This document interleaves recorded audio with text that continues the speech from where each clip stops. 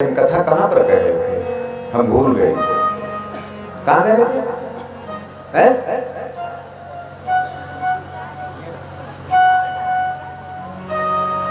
वो चारों बेटे इसलिए सोच रहे थे कि ये जो हो सकता है मेरा नाम ले ले, किसी भी तरीके से इनके मुख से राम नाम निकल जाए और इनको जो है भगवान अपने चरणों में वास देते हैं। लेकिन बूढ़ी माई ने नाम नहीं लिया तो नहीं लिया। हर को लाकर के खड़ा किया जो जोतने वाला होता है। कहा प्रभु, बच्चों ने कहा कि प्रभु अगर मेरी माँ हर का नाम ले ले तो समझ लेना कि हर भी जो है, क्योंकि हरि और हर में कोई अंतर नहीं है। हरि हर एक है दोनों, न ये कम है न वो कम है। हरि हर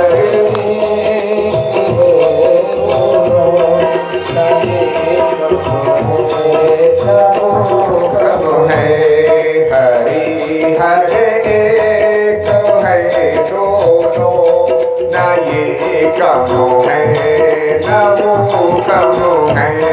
हरि हरि एक है दोनों, न ये कम है न वो कम है। हरि हर एक है दोनों, न ये कम है न वो कम है। हरि हरि एक है दोनों, न ये कम है न वो कम है। ये रहते हैं हिमालय में, वो रहते क्षीर सागर में।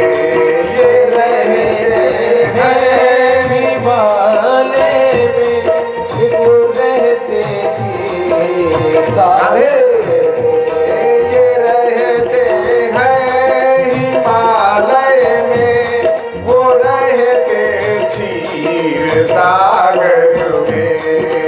रहते हैं हिमालय में, वो रहते क्षीर सागर में। ससुर घर दोनों रहते हैं, ससुर घर दोनों रहते हैं। न ये कम है न वो कम है। ससुर घर दोनों रहते हैं, ये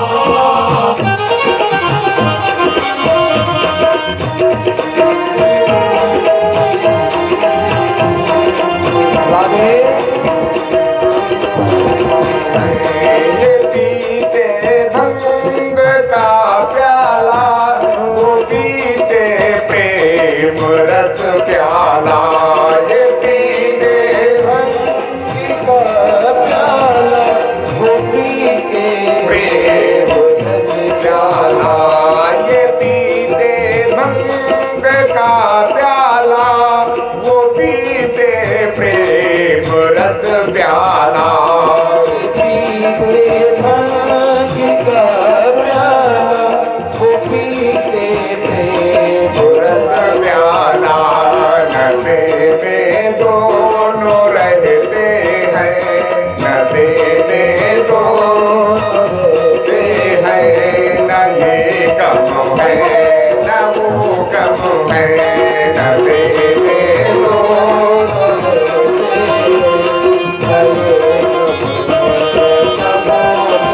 हैं, हरि हर एक है दोनों, न ये कम है न वो कम है, हरि हर एक है दोनों, न एक है न वो सब है।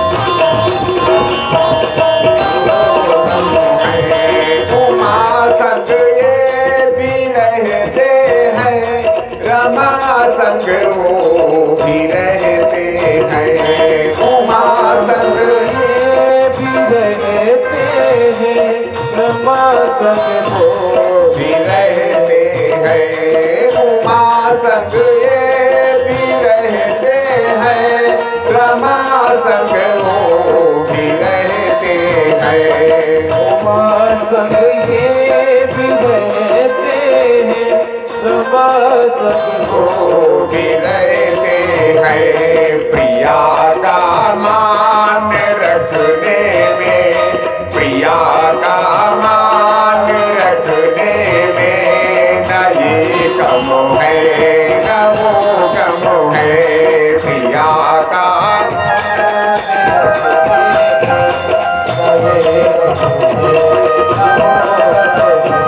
हरि हर एक है दोनों, न ये कम है न वो कम है, हरि हर एक है दोनों, न ये कम है न वो कम है, हरि हर एक है दोनों, न ये कम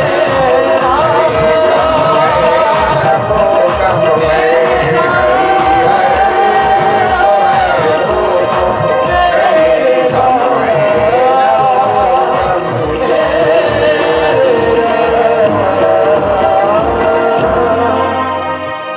बच्चों ने सोचा कि अगर ये हरि का नाम ले लेती है तभी इसकी सदगति हो जाएगी, क्योंकि ना हरि कम है ना हर कम है।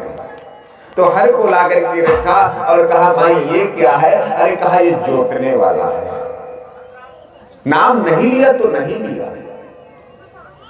बच्चे सोचने लगे कहीं से इसके मुख से निकल जाए, राम नाम शब्द निकल जाए और इसकी सदगति हो जाए, लेकिन वो नाम नहीं ले रही है। हसिया ला करके दिया, कहा परमात्मा अगर मेरी माँ हसिया कह दे तो हा शब्द निकाल देना, सिया को समझ लेना और इसकी सदगति दे दो। कहा अगर मेरी माँ हसिया शब्द कह दे तो परमात्मा हा शब्द हटा देना और सिया कह देना, शायद इसकी सदगति हो जाए। तो जब माई से पूछा ये क्या, तो बोली काटने वाली है, ये तो नाम नहीं लिया तो नहीं लिया। बच्चे बहुत परेशान हो गए, घर में खाने को नहीं रह गया। 2-3 महीने बीत गए, रिश्तेदारों का तांता लगा रहा।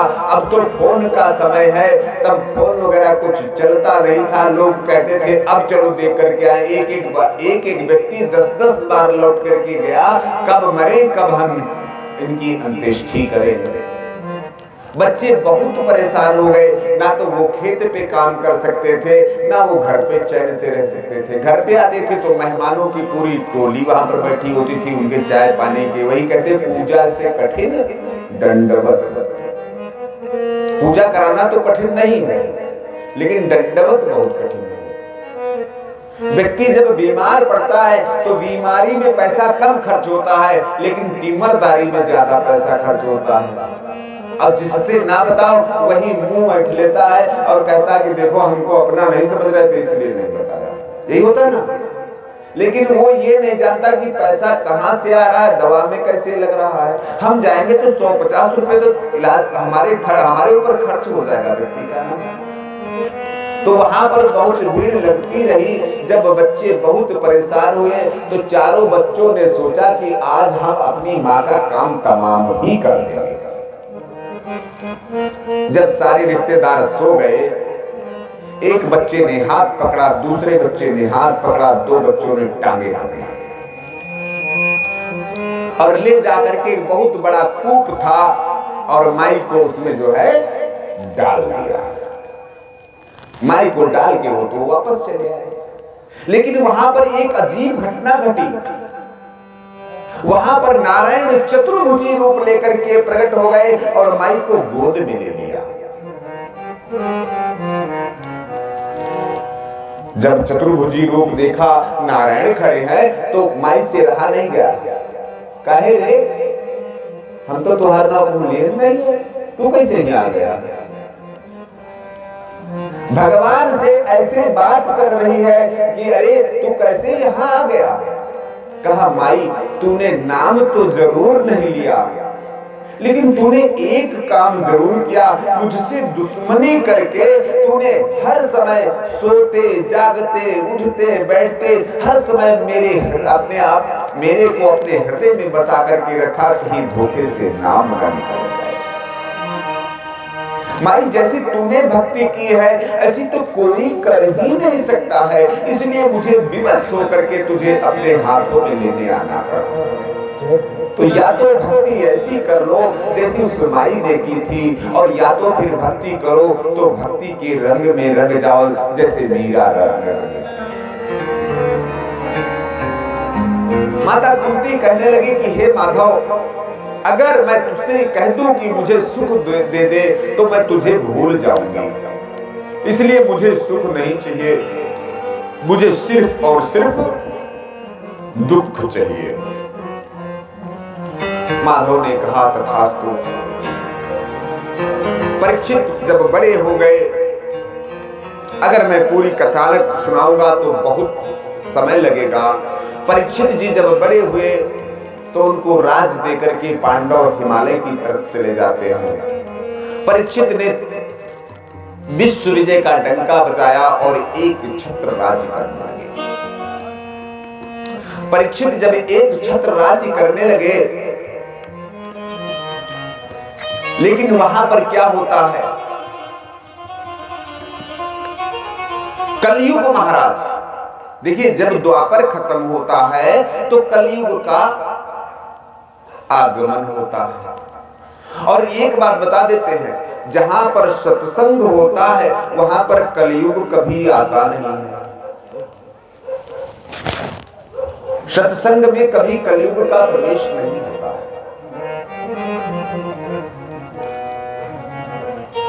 महाराज परीक्षित जो है विश्व विजय करने के उपरांत काफी ज्यादा धन इत्यादि एकत्रित कर लिया, लेकिन उनकी राज्य में कभी कोई दुखी नहीं रहता था। जिसकी गर्भ में रक्षा की गई हो उसी का नाम परीक्षित हो सकता है।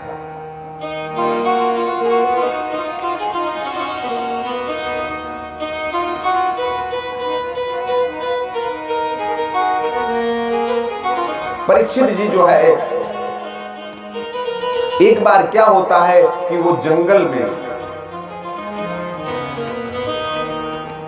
शिकार करने के लिए जाते हैं।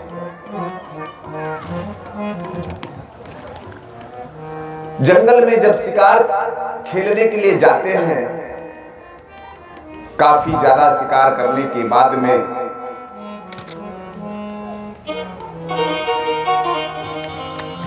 जब वापस आने लगे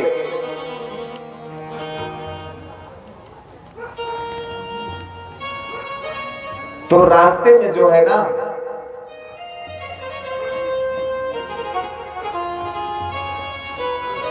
एक जगह उनको बहुत जोर जो है प्यास लगी। नानुदेष्टि कलिं सम्राट शारंग इव शारभुक कुशलन्यासु सिद्धन्ति नेत्राणि कृतानि चः। राजा जो है पूरी तरीके से सम्राट थे, सार सामग्री से सुसज्जित थे, इसी कारण उन्होंने इतना बढ़िया उनका दिव्य चालू चलन था। अक्सर करके राजा क्या होते हैं, जब वो राज्य पा जाते हैं, सत्ता पाई काहि मद नाही, लेकिन महाराज परीक्षित को किसी भी तरीके से जो है मद नहीं था, किसी भी तरीके से मद नहीं था।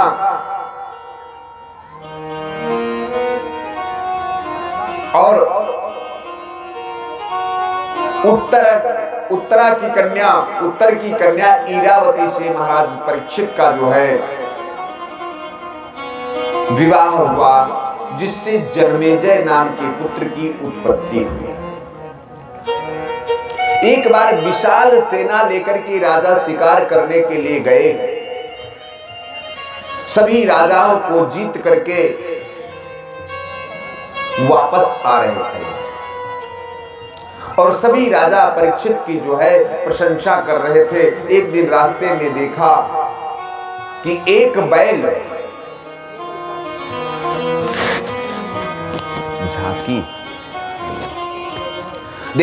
एक बैल जो है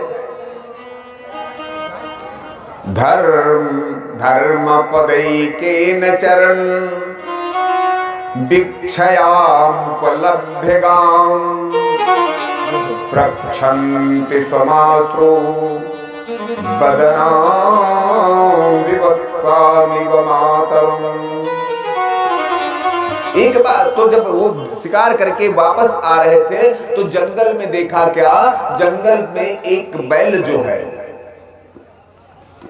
जिसके पैर टूटे हुए हैं। बैल है क्या? धर्म। बैल जो है धर्म है। और कलयुग जो है एक विकराल मुदगर लेकर के, और धर्म वहां पर सिर्फ एक पैर से खड़ा है, अश्रुधार बहा रहा है। पृथ्वी गौभेष में जो है वहां पर अश्रु बहा रही है।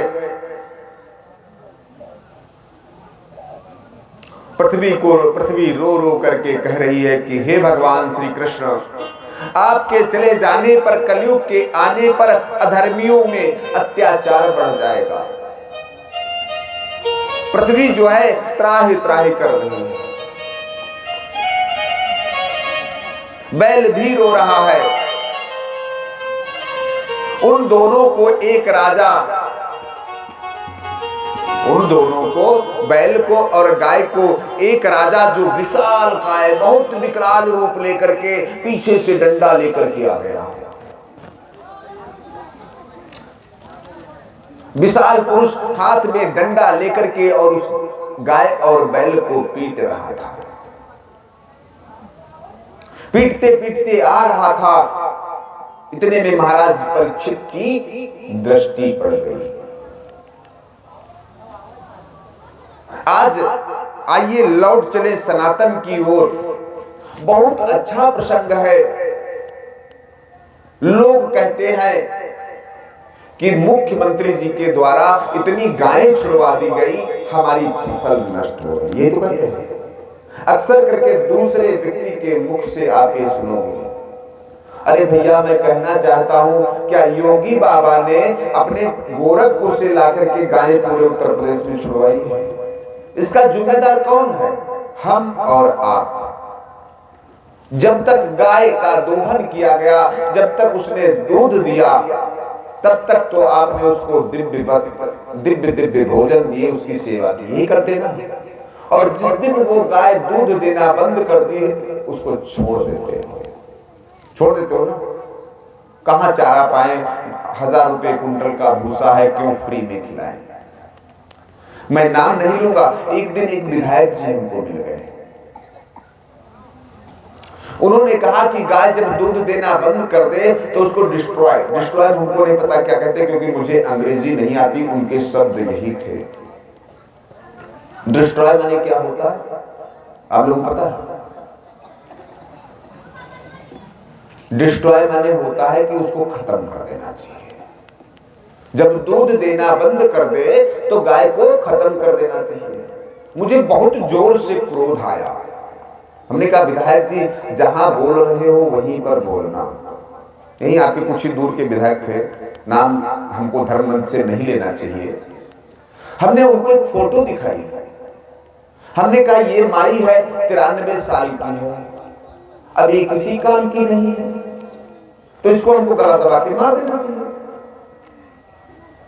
आपकी भी मां होगी, वो भी किसी काम की नहीं होगी, उसको भी मार दो।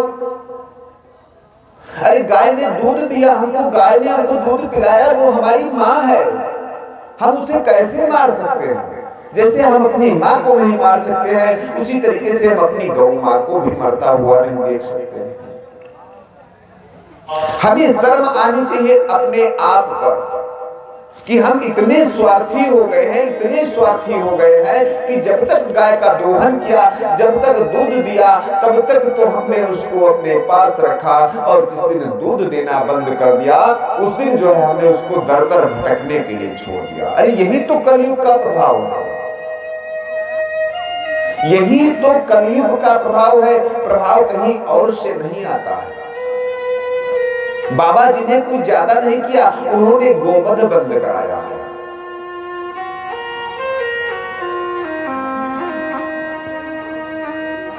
गाय बिलख रही है, गाय रभा रही है ना।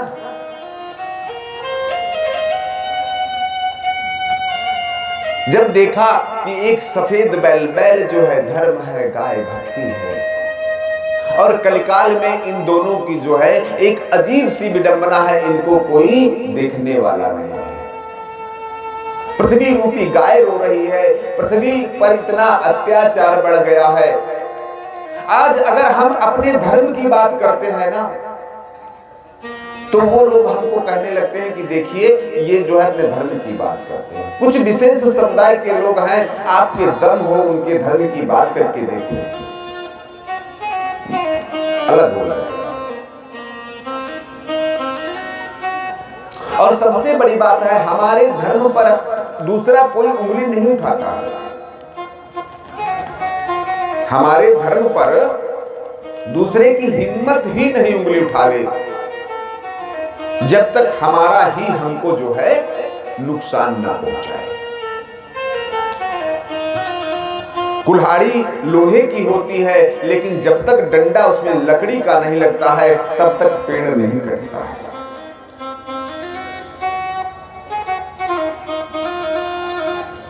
गाय रभा रही है। परीक्षित ने देखा कि बैल सफेद कमल रज्जु की तरह सफेद रंग है, भय से व्याकुल है।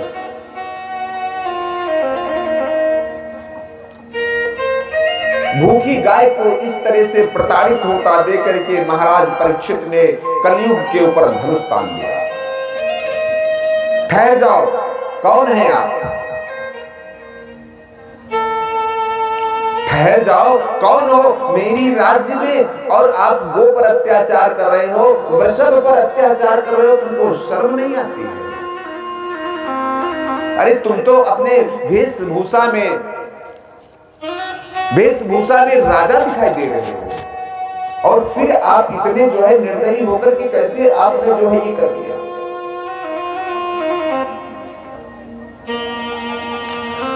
कलयुग कहने लगा कि हे प्रभु, मैं कलयुग हूं, मैं जो है कलयुग हूं। अब आपका समय यहां से समाप्त होता है, अब मेरा जो है एक छत्र राज्य चलेगा। जब कलयुग ने ऐसा कहा तो महाराज परीक्षित गौ की तरफ देख करके दुखित होते हैं। और कहते हैं कि इस शूद्र जैसे दुष्ट से आपको भयभीत होने की जरूरत नहीं है। यहां पर महाराज परीक्षित स्वयं खड़े हैं। तपः शौचम दया सत्यो मिति पादा कृते कृतः अधर्मास्तैस्त्रयो भग्नः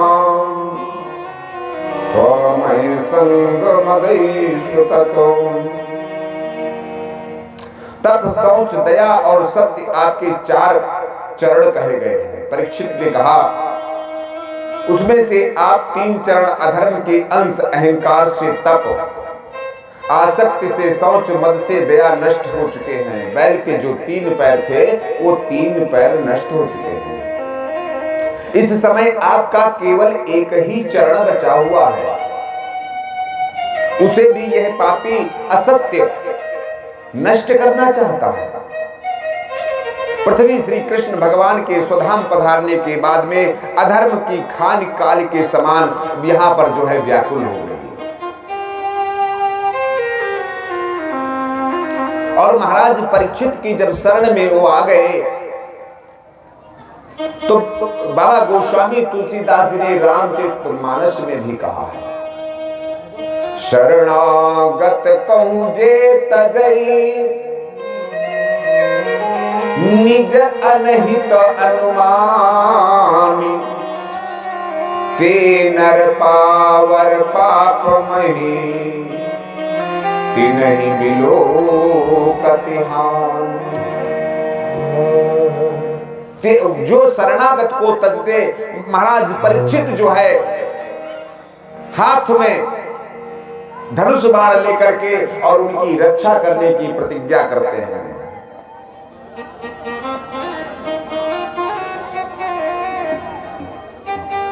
और वहां जो है कलयुग भगवान महाराज परीक्षित की शरण में जब आ जाता है, परीक्षित ने कहा कि अगर आप कलयुग मेरी शरण में आया है तो हम जो है तुझे क्षमा करते हैं, हम तुझे क्षमा करते हैं, हम तुझे